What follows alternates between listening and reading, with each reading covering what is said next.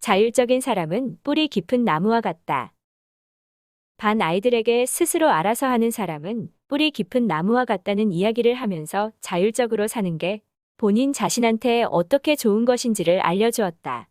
너희들 사막과 같이 물도 없고 너무 덥고 열악한 환경에서 사는 나무들의 뿌리는 어떤지 아니? 스스로 물을 얻기 위해서 뿌리는 땅속 아주 깊게 자라지.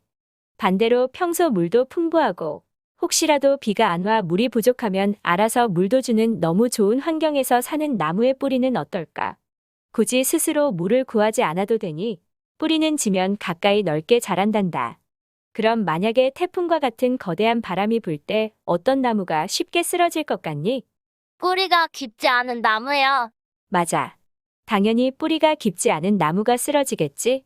혹시 너희들 태풍이 지나갈 때 정말 크고 튼튼해 보였던 나무가 쓰러진 것 직접 본 적 있니?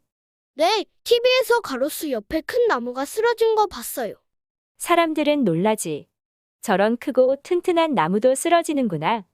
하지만 그 뿌리를 본다면 강한 바람을 이기지 못할 정도로 땅속 깊이 뿌리 내리지 않았기 때문에 쓰러지는 건 당연한 거고.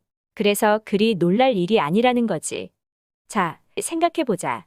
집에서 엄마가 학원 가는 시간 챙겨주고 또 숙제했니? 물어봐야 숙제를 하고 학교에서도 선생님이 자기 청소구역을 검사해야지만 청소하고 그런다면 어느 나무에 해당하는 거지? 반대로 엄마 도움 없이 내가 숙제 미리미리 해놓고 준비물도 챙겨놓고 학원도 알아서 시간 맞춰서 가고 학교에서 맡은 청소구역도 선생님이 검사하지 않아도 항상 깨끗이 한다면 어느 나무에 해당할까? 뿌리 깊은 나무에 해당하는 사람이 자율적인 사람이란다. 반대로 뿌리가 얕은 나무에 해당하는 사람은 타율적인 사람이라고 한단다. 이렇게 어려서부터 자율적인 사람은 커서도 어떤 어려움이 있어도 스스로 판단하고 알아서 할 수 있기에 쉽게 쓰러지지 않은 강한 사람이 되는 거지. 하지만 타율적인 사람은 스스로 할 수 있는 능력이 없기 때문에 어떤 어려움이 닥치면 남의 도움이 없을 땐 쉽게 포기하고 실패할 수밖에 없는 약한 사람이 되는 거란다. 너희들 중 쉽게 포기하고 실패하는 약한 사람이 되고 싶은 사람은 없겠지? 미래의 너희들을 위해서 지금부터 스스로 너희들이 할 수 있는 부분은 알아서 하는 게 얼마나 중요한 건지 알겠지? 자기가 해야 할 일을 스스로 하는 것은 남을 위해서가 아니라 본인을 위해서 하는 거란다.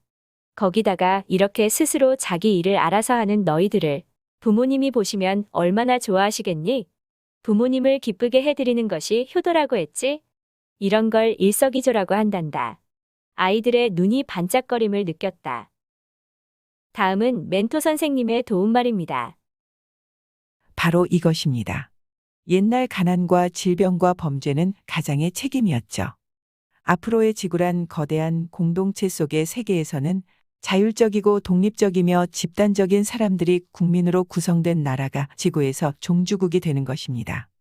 국가의 도움만 받고 갚을 능력에 대해서는 생각조차 해보지 않는 국민이 많다면 그 나라는 지구의 종주국이 될 수가 없답니다. 어머니와 공교육 선생님들이 자신의 직업을 통하여 사익이 바로 공익과 연결된 삶을 살아주어야 할 것입니다.